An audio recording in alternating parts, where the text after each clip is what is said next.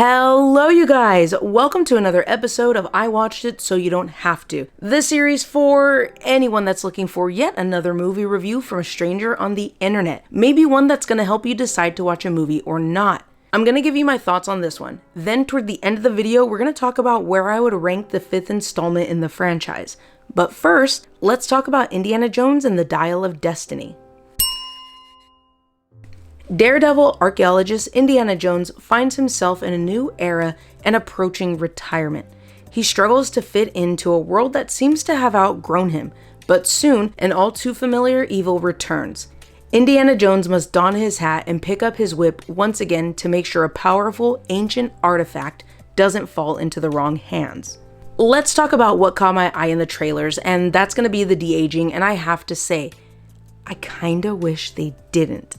Now I can see why they did it, and I do think the technology has potential, but that's a whole other conversation on whether they should or shouldn't, and we just don't have time for that. So strictly speaking on how it looks, it definitely takes you out of the movie, and it isn't as seamless as I was expecting it to be. After the movie was over and the credits were rolling, I was talking to my family about de-aging in other movies that I remember looking a lot better than what we got in this movie, and I talked about Michael Douglas in 2015's Ant-Man, Samuel L. Jackson in 2019's Captain Marvel, and I pointed out Peter Cushing in 2016's Rogue One. Now, after going back and looking at some of these, I was looking at pictures, I was looking at clips from the movies. I would probably drop Rogue One and use Kurt Russell in 2017's Guardians of the Galaxy Volume 2. I know there are more movies that have really good de-aging, but these are the ones that were top of mind for me after watching the movie. Getting back on track, the de-aging reminds me more of maybe the de-aging in 2010's Tron, which, by the way, deserves a sequel, or even in 2016's Captain America Civil War. Like, the effects look fine, but there's something off about it.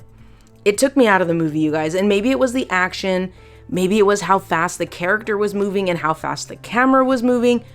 Maybe it was just the lighting that really just exaggerated the fact that Harrison Ford's face was completely CGI. I will say though that it did take me a second to realize that Mads Mikkelsen was also de-aged, but I think that had a lot to do with what was going on in the story in that moment, the lighting, the angle of his face, and the fact that I was still stuck on the way Harrison Ford's face looked de-aged.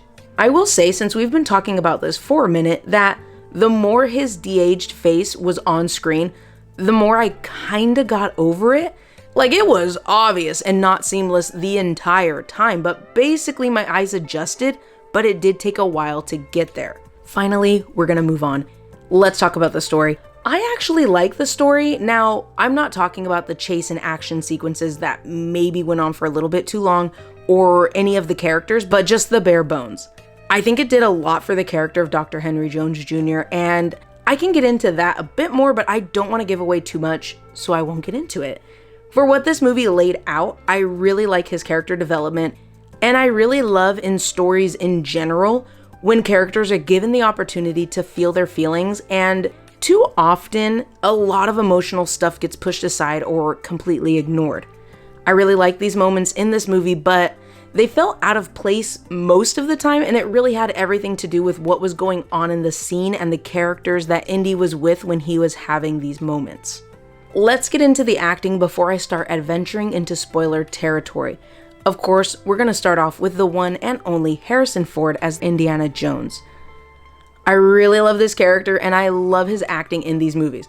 Honestly, there isn't much to it, but there's that effortless charm and nuance that Harrison Ford brings to each and every one of these movies, and The Dial of Destiny is no different. Touching back on what I was just talking about characters feeling their feelings and that nuance, he's given opportunity and he really does nail it, and you feel for the character. But again, those moments of empathy are kind of soured by other things going on in the scenes. There is a beautiful moment that, I'm not gonna lie, you guys, had me in tears. And I'm not gonna get into it, but that moment and moments like that make this movie special. Speaking of special moments, let's talk about Karen Allen reprising her role as Marion Ravenwood. I really love her character, and I wish we got so much more because there is so much potential beyond what Marion means to Indy. Karen Allen has such a warm presence on screen that's really comfortable, and I love the chemistry her and Harrison Ford have. Let's talk about Mads Mikkelsen. Fantastic. One thing I like about his acting is that you really can just see his thoughts through his performance. Maybe it's just the accent, maybe it's his on-screen presence, maybe it's Maybelline, maybe it's all of the above, but he is such a good villain, and I really love this franchise for having villains that are just so extra, and he totally pulled it off. Finally, let's talk about the criminally underused Antonio Banderas and Shawnette Renee Wilson, because I was more than a little disappointed. The former played Ronaldo, an old friend of Indy's. Antonio Banderas really maximizes his time on screen, but I just wish his character had a better story, and honestly, he didn't have as much screen time as he should have. Maybe it was a matter of his story, coupled with the very little screen time he had, that just really bothered me. According to an article I read, Banderas had said his role in the film was more like a cameo, and I'm not gonna lie, I wish I read that before I watched the movie. I read a couple of articles, and I have to be honest, I think they really hyped up his role in this movie. Speaking of not having enough screen time, Shawnette Renee Wilson as Mason, oh my goodness. I love the wardrobe, the hair, the presence, the attitude. She's so eye-catching in a way that you think she'll have a bigger role. With the time she had, I really like what we got from Mason in terms of intention and where she stands with the situation she's in.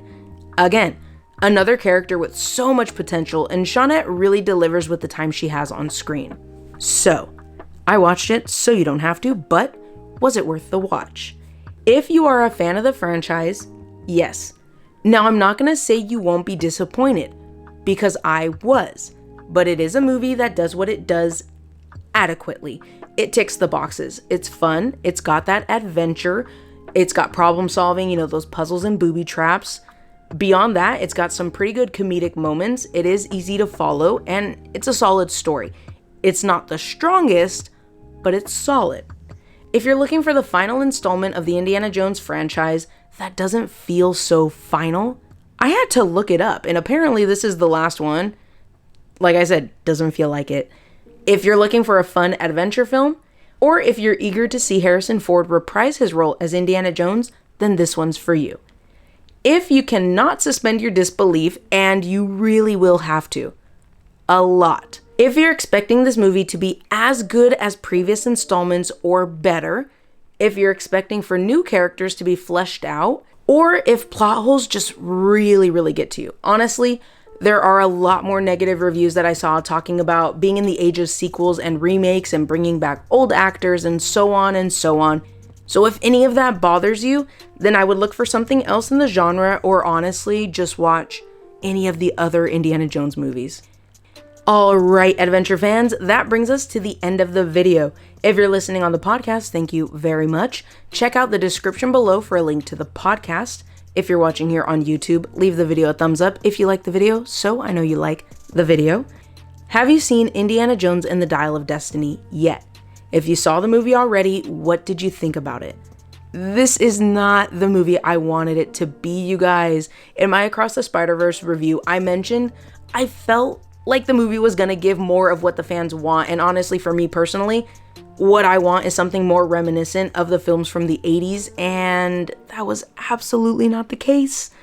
Obviously, there's a lot that goes on when making movies, and we got what we got, right? But Phoebe Waller-Bridge as Helena Shaw, I was not a fan from start to finish.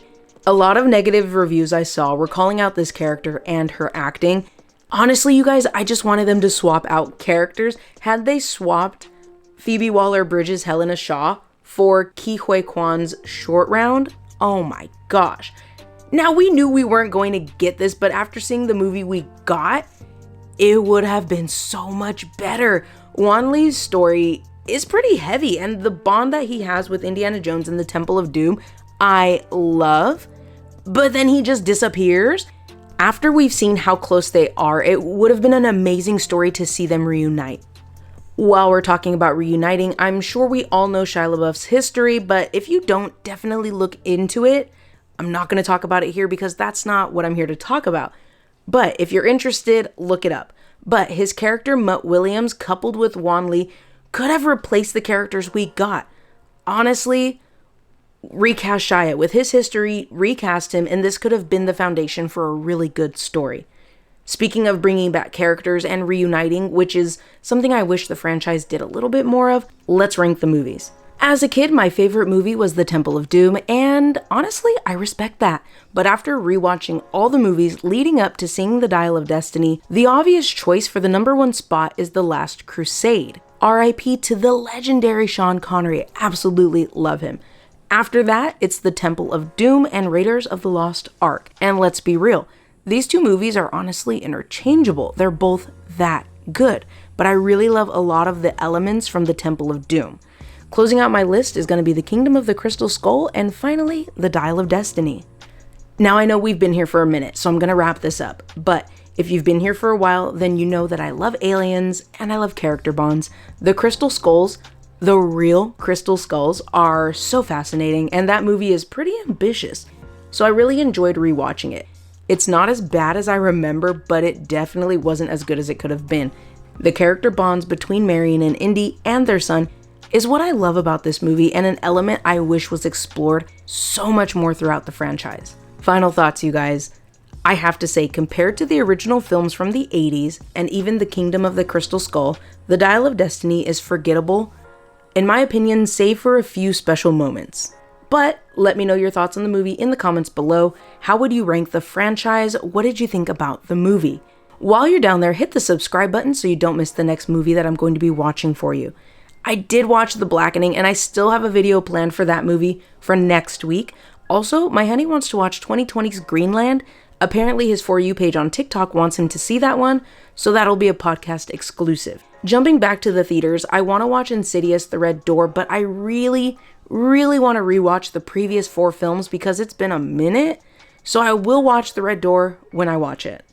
The next movie I have tickets for is Mission Impossible, then Barbie. I do have tickets for Oppenheimer in August. Yeah, I've had a lot going on, so I kind of dropped the ball, but tickets are secured for 70mm IMAX, so I'm really eager to watch that one, so I hope you'll join me here on YouTube and the podcast, especially for those exclusive episodes. You can always check out the community tab here on YouTube or my Instagram for more updates. Before I end the video, I do have to say thank you guys for being patient with me.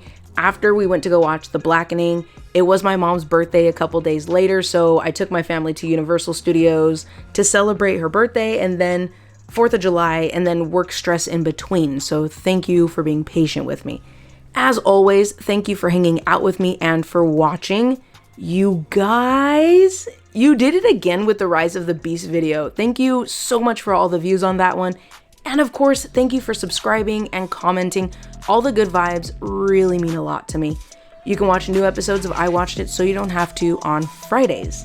But until the next video, spread positivity, be safe, take care of yourself, and it's not what you believe, it's how hard you believe it. I'll see you next time. Bye.